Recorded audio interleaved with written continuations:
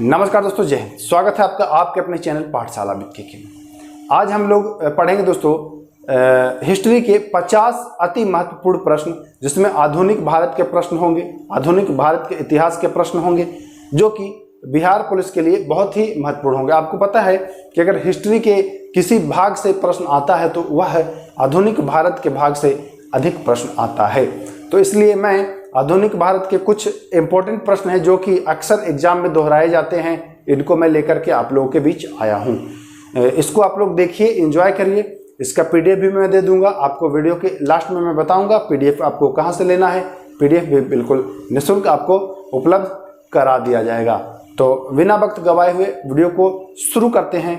पहला क्वेश्चन आपके सामने ये पहला प्रश्न है, किसका नाम लंपट मूर्ख भी था? जी हाँ, मुगल साम्राज्य जब आप पढ़ेंगे तो वहाँ एक व्यक्ति ऐसा मिलेगा जिसका नाम है लंपट मूर्ख। तो एग्जामिनर आपसे पूछेगा कि किसका नाम लंपट मूर्ख भी था, तो आप बताएंगे जहांदार शाह को। किसका? जहांदार शाह को। याद रखिए, लंपट मूर्ख जहांदार शाह। प्रश्न संख्या 2, किसे घृणित कायर की उपाधि दी गई? जब आप मुगल साम्राज्य पढ़ेंगे तो उसमें ही ये भी नाम मिलेगा, घृणित कायर। अभी आपने लंपट मूर्ख पढ़ा तो जहांदार शाह, अब घृणित कायर आए तो बताएंगे फर्रुखसियर। जी हाँ, घृणित कायर फर्रुखसियर, याद रखिएगा। तीसरा, मुगल साम्राज्य से ही है, किसे रंगीला बादशाह भी कहा जाता है? मुगल वंश में ही जब आप पढ़ेंगे तो यह रंगीला बादशाह मिलेंगे और मोहम्मद शाह को रंगीला बादशाह कहा जाता है। किसे? मोहम्मद शाह को रंगीला बादशाह कहा जाता है। तो यह तीनों प्रश्न याद रखिएगा, घृणित कायर, फर्रुखसियर, लंपट मूर्ख और रंगीला बादशाह। लंपट मूर्ख जहांदार शाह, रंगीला बादशाह मोहम्मद शाह और घृणित कायर फर्रुखसियर। तीनों को याद रखिएगा। तीनों महत्वपूर्ण क्वेश्चन है और तीनों कहीं ना कहीं शिफ्ट बाय शिफ्ट आपको देखने को मिल जाएगा, तो तीनों याद रखना है। ओके, चलिए प्रश्न संख्या 4, किसे नवजागरण का अग्रदूत भी माना जाता है? किसे नवजागरण का अग्रदूत? तो आपको पता है कि राजा राम मोहन राय को नवजागरण का अग्रदूत भी माना जाता है। किसे? राजा राम मोहन राय को नवजागरण का अग्रदूत भी माना जाता है। तो ध्यान रखिएगा, सही जवाब होगा राजा राम मोहन राय। अगला प्रश्न, प्रार्थना समाज के संस्थापक। प्रार्थना समाज के संस्थापक कौन है? तो आत्माराम पांडुरंग। कैसे याद रखिएगा, आप प्रार्थना करते हैं तो आत्मा से करते हैं। कैसे करते हैं? आत्मा से। याद रखिएगा, प्रार्थना समाज के संस्थापक आत्माराम पांडुरंग। ओके, चलिए प्रश्न संख्या 6, दयानंद सरस्वती के बचपन का मूल नाम क्या था? दयानंद सरस्वती के बचपन का मूल नाम जो है वह मूल शंकर था। दयानंद सरस्वती के बचपन का नाम मूल शंकर। दयानंद सरस्वती पूछता है, अब एक विवेकानंद का पूछता है, तो विवेकानंद का अगर पूछे तो बताएंगे नरेंद्र नाथ दत्त। जी हाँ, दयानंद का मूल शंकर और विवेकानंद का नरेंद्र नाथ दत्त। ध्यान दीजिएगा। चलिए प्रश्न संख्या 7 की ओर। हाँ देखिए, 7 में आपको वही देखने को मिल गया, स्वामी विवेकानंद के बचपन का नाम देखने को मिल गया। प्रश्न संख्या 8, किसे भारत का मार्टिन लूथर किंग कहा जाता है? किसे भारत का मार्टिन लूथर किंग कहा जाता है? तो दयानंद सरस्वती जी को कहा जाता है। किसे? दयानंद सरस्वती को मार्टिन लूथर किंग, भारत का मार्टिन लूथर किंग कहा जाता है। आर्य समाज के संस्थापक भी यही हैं, दयानंद सरस्वती। ये भी ध्यान देना है आपको। चलिए प्रश्न संख्या 9, आर्य महिला समाज। अभी आर्य समाज का हमने बताया कि दयानंद सरस्वती हैं, लेकिन आर्य महिला समाज का पूछे तो बताएंगे पंडिता रमाबाई। जी हाँ, आर्य महिला समाज के संस्थापक पंडिता रमाबाई। और अगर खाली पूछे कि आर्य समाज के संस्थापक, तब क्या बताने वाले हैं? तब दयानंद सरस्वती। ओके, चलिए महात्मा गांधी की हत्या कब हुई थी? आपको पता है कि नाथूराम गोडसे के द्वारा महात्मा गांधी को गोली मार करके हत्या कर दी गई थी। दिन था 30 जनवरी 1948। जी हाँ, 30 जनवरी 1948 को गांधी जी की नाथूराम गोडसे के द्वारा गोली मार करके हत्या कर दी गई थी। तो ये तारीख याद रखना है आपको। चलिए प्रश्न संख्या 11, भूदान आंदोलन की शुरुआत। भूदान आंदोलन की शुरुआत किसने करी? तो आचार्य विनोबा भावे। किसने करी थी? आचार्य विनोबा भावे। याद रखिएगा, भूदान आंदोलन, विनोबा भावे। ओके, कोई दिक्कत नहीं है। प्रश्न संख्या 12 की ओर चलते हैं। भारतीय इतिहास में राजा बनाने वाले के नाम से विख्यात है। देखिए, यहां से भी पूछा जाता है कि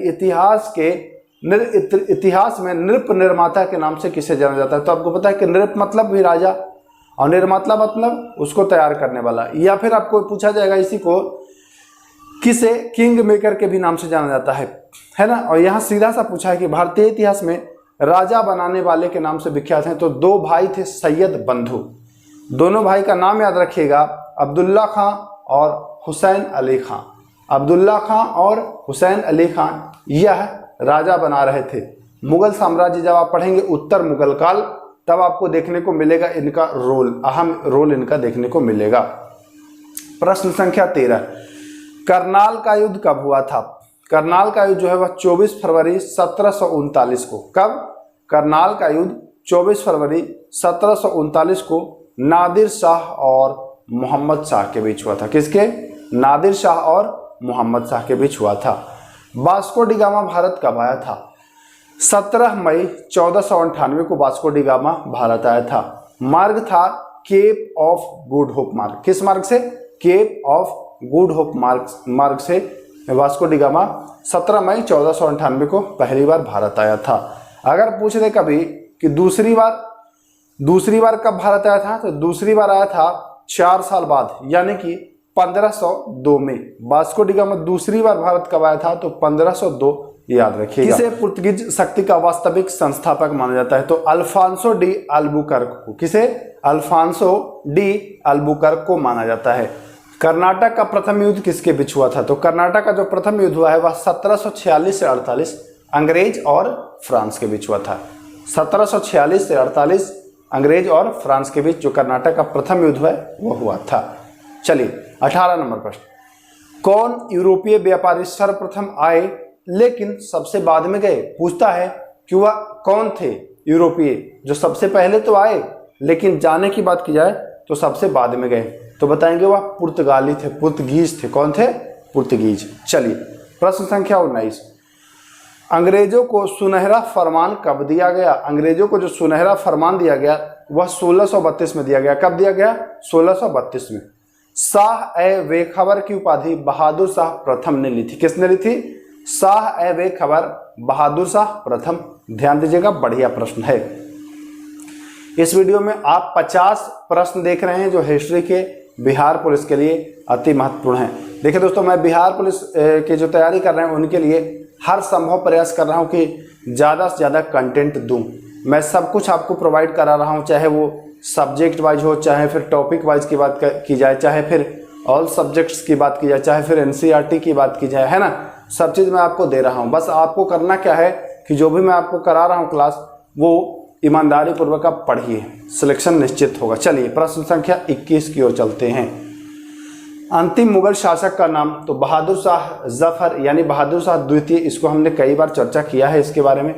नादिर शाह दिल्ली पर अधिकार कब किया था? नादिर शाह का अधिकार दिल्ली पर कब हुआ? तो 20 मार्च 1739 को नादिर शाह दिल्ली पर अधिकार कर लिया था। 20 मार्च 1739, ध्यान रखिएगा तारीख। सवाई जय सिंह को सवाई की पदवी किस मुगल शासक ने दिया था? तो वही घृणित कायर जो था फर्रुखसियर, इसने ही सवाई जय सिंह को सवाई की पदवी दिया था। ध्यान दीजिएगा। चलिए प्रश्न संख्या 24 की ओर चलते हैं। गुरुमुखी लिपि का आविष्कारक माना जाता है? किसने गुरुमुखी लिपि का आविष्कार किया था? तो गुरु अंगद। जी हाँ, गुरु अंगद ने गुरुमुखी लिपि का आविष्कार किया है। तो ध्यान दीजिएगा, बढ़िया प्रश्न यहां से आपको बनेगा। अगला प्रश्न 25 नंबर, किसे जाटों का अफलातून भी कहा जाता है? किसे जाटों का अफलातून कहा जाता है? तो राजा सूरजमल को। किसे? राजा सूरजमल को जाटों का अफलातून भी कहा जाता है। बढ़िया प्रश्न है। जाटों का अफलातून के नाम से जाना जाता है तो बताएंगे सूरजमल को। ओके, चलिए 26 नंबर, सिखों के किस गुरु ने आदि ग्रंथ की रचना की? सिख में आपको पता है कि 10 गुरु थे, तो किस गुरु ने आदि ग्रंथ की रचना की? तो उनमें से एक गुरु थे, उनका नाम था अर्जुन देव। क्या नाम था? अर्जुन देव। तो अर्जुन देव ने ही आदि ग्रंथ की रचना करी है। ध्यान दीजिएगा। किस सिख गुरु की मृत्यु चेचक से हुई थी? किस सिख गुरु की मृत्यु जो है वह चेचक से हुई थी? तो आपको पता है कि हरकिशन, जी हाँ हरकिशन थे, इनकी मृत्यु जो है वह चेचक से हो गई थी। 28 नंबर प्रश्न, प्रथम आंग्ल सिख युद्ध कब हुआ है? तो प्रथम आंग्ल सिख युद्ध 1845 से 46। बहुत बढ़िया प्रश्न है, इसको नोट कर लीजिए, ये पूछा जाएगा ही जाएगा, गारंटी है ये प्रश्न पूछा ही जाएगा। प्रथम आंग्ल सिख युद्ध वर्ष 1845 से वर्ष 1846। लाहौर की संधि कब हुई थी? तो लाहौर की संधि 9 मार्च 1946 को हुई थी। लाहौर की संधि, ये सारे प्रश्न अति महत्वपूर्ण हैं, एग्जाम में आपको देखने को मिल ही जाएगा, तो इसको याद कर लीजिए। लाहौर की संधि 9 मार्च 1946 को। 30 नंबर, प्रथम आंग्ल मैसूर युद्ध कब हुआ था? प्रथम आंग्ल मैसूर युद्ध 1767 से 1769। प्रथम आंग्ल मैसूर युद्ध 1767 से 1769 के मध्य हुआ था, ध्यान दीजिएगा। बंगाल के किस नवाब ने यूरोपीय थे उनकी तुलना मधुमक्खियों से की और कहा कि यह यूरोपीय जो है वे मधुमक्खी हैं, इनको अगर छेड़ोगे नहीं तो ये काटेंगे नहीं। ऐसा किसने कहा था? कौन था बंगाल का वह नवाब? तो उसका नाम था अलीवर्दी खां। क्या नाम था? अलीवर्दी खां ने यूरोपीय की तुलना मधुमक्खियों से की है, ध्यान दीजिएगा। बहुत बढ़िया शानदार प्रश्न है। ब्लैक होल की घटना घटी थी 20 जून 1756। प्लासी का युद्ध जो है वह 23 जून 1757 को हुआ है, लेकिन उससे 1 वर्ष 3 दिन पहले ब्लैक होल की घटना हुई है। जेड हालवेल के द्वारा यह घटना को प्रदर्शित भी किया गया है। प्रश्न संख्या 33, भारत में वास्तविक रूप से ब्रिटिश प्रमुख सत्ता किस युद्ध के बाद स्थापित हुई? वास्तविक युद्ध से देखिए, यूं कहे तो 1757 के प्लासी के युद्ध से अंग्रेजों का प्रभुत्व जारी हुआ, लेकिन वास्तविक सत्ता जो है वह बक्सर के युद्ध से ही आया है, तो यह भी ध्यान देना है। बक्सर के युद्ध के बाद, प्लासी के युद्ध के बाद किसे बंगाल का नवाब नियुक्त किया गया? तो जाफर को, मीर जाफर को। प्लासी के युद्ध के बाद मीर जाफर की ही धोखेबाजी से प्लासी का युद्ध में अंग्रेजों ने विजय प्राप्त की और उसके बाद मीर जाफर को इसका बंगाल का नवाब बनाया गया अंग्रेजों के द्वारा, तो ये ध्यान देना है आपको। बढ़िया प्रश्न है। किसके काल में ब्लैक होल की घटना हुई थी? तो ब्लैक होल की घटना जो वह हुई थी सिराजुद्दौला के काल में। किसके काल में? सिराजुद्दौला के काल में। जेड हालवेल नामक व्यक्ति ने इस घटना का वर्णन किया है। बहुत सारे इतिहासकारों का मानना है कि यह झूठी घटना है, क्योंकि इतने छोटे कमरे में 146 लोगों को बंद नहीं किया जा सकता है। जेड हालवेल का कहना था कि छोटे कमरे में 146 लोगों को बंद कर दिया गया और जिसमें से केवल 23 लोग ही बचे थे। चलिए 36 नंबर, शिवाजी ने सूरत को पहली बार कब लूटा था? इसका मतलब शिवाजी ने लूटपाट की जो है पद्धति उसको जारी रखी थी।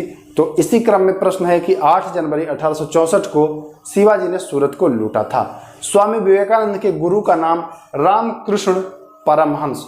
स्वामी विवेकानंद के बचपन का नाम नरेंद्र नाथ दत्त, इनके गुरु का नाम रामकृष्ण परमहंस।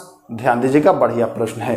प्रश्न संख्या 38, आर्य समाज की स्थापना किसने करी थी? हमने पहले ही चर्चा किया जब आपको स्वामी दयानंद सरस्वती के बारे में बताया था, जब इनका नाम हमने बताया था बचपन का मूल शंकर, तो हमने उस समय ही बताया था कि आर्य समाज के संस्थापक स्वामी दयानंद और आर्य महिला समाज के संस्थापक पंडिता रामाबाई। तो दोनों याद रखिएगा, दोनों ही अति महत्वपूर्ण हैं।